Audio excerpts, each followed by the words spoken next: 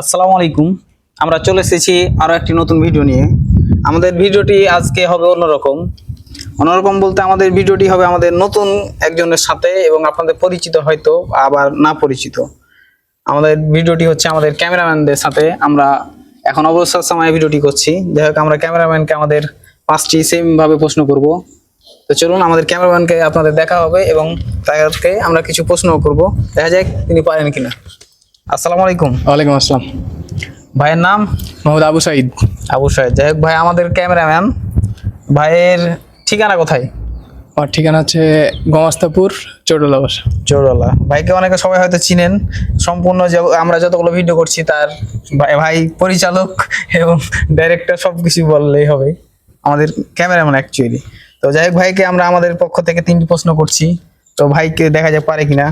তো ভাই কি খেলতে ইচ্ছুক? হ্যাঁ ভাই, রেডি। হ্যাঁ, ঠিক আছে। তো ভাই সেম ভাবে আপনি তো সবই জানেন, বলার কিছু নাই। আমরা 5টা প্রশ্ন ধরবো, 5টার মধ্যে আপনাকে 4টা উত্তর দেবে। 4টা উত্তর দিলে আপনাকে পুরস্কার দেবে। তো গেঞ্জি তো আমাদের পক্ষ থেকে আপনি আগে থেকেই পাইছেন, আপনার জন্য স্পেশাল অন্য কোনো পুরস্কার আছে। ঠিক আছে, দেখা যাক। ভাইয়ের জন্য প্রথম প্রশ্ন, কোন সূরাটিকে কোরআনের হৃদয় বলা হয়? সূরা ইয়াসিন। ভাই যে দ্রুত পাইলে গো, ভাই লেখাপড়া কোথায়? আমার লেখাপড়া চলছে, ফাইল চলছে ঢাকায়, আর অনার্স রাজশাহীতে। আচ্ছা, যাই হোক, দাখিল দেশের না নাকি? হ্যাঁ, চৌডলা দাখিল মাদ্রাসা থেকে দাখিল পাওয়া। মানে এসএসসি মাদ্রাসা থেকে? জি।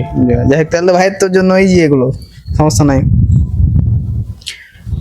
কোরআনের কোন সূরাটি মদিনায় নাজিল হয়েছে?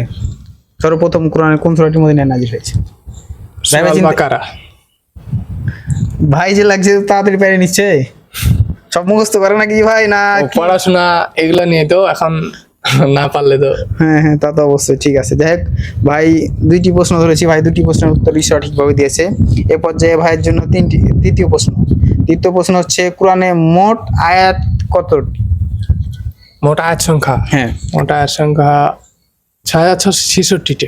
ভাই এটা কিন্তু সহজ প্রশ্ন ছিল। কোরআনের মোট আয়াত সংখ্যা হচ্ছে 6666টি, তাই তো? ভাই তৃতীয় প্রশ্ন পেরে এনেছে 3টার মধ্যে 3টা। এ পর্যায়ে ভাইয়ের জন্য চতুর্থ প্রশ্ন, কোরআনের সবচেয়ে দীর্ঘ সূরার নাম কি? সূরা আল বাকারা। এ ভাই, আপনাকে ধীরে তো লজি ভাই, তাড়াতাড়ি বাইরে নিচ্ছেন, এরকম করলে কি হলো? যাই হোক, এটা লাস্ট প্রশ্ন। ভাই যদি পারে লাই, তাহলে ভাইয়ের জন্য আমাদের পক্ষ থেকে উপহার থাকবে 100 টাকা নগদ অর্থ প্রদান। তো যাই হোক, কোন সূরায় বিসমিল্লাহ 2বার আছে? ভাই চিন্তা করে দেবে, কিন্তু এটা লাস্ট। সময় লাগবে ভাই। যাই হোক, ভাইকে আমরা 10 সেকেন্ড সময় দিছি। 10, 9, 8, 7, হ্যাঁ ভাই, পারবো। 6, হ্যাঁ বলেন। সূরা নামল। সূরা নামল। এরে ভাই কিন্তু 5টা প্রশ্নের মধ্যে 5টা উত্তর সঠিকভাবে দিতে পেরেছে। তো ভাইয়ের জন্য আমাদের পক্ষ থেকে স্পেশালি গিফট।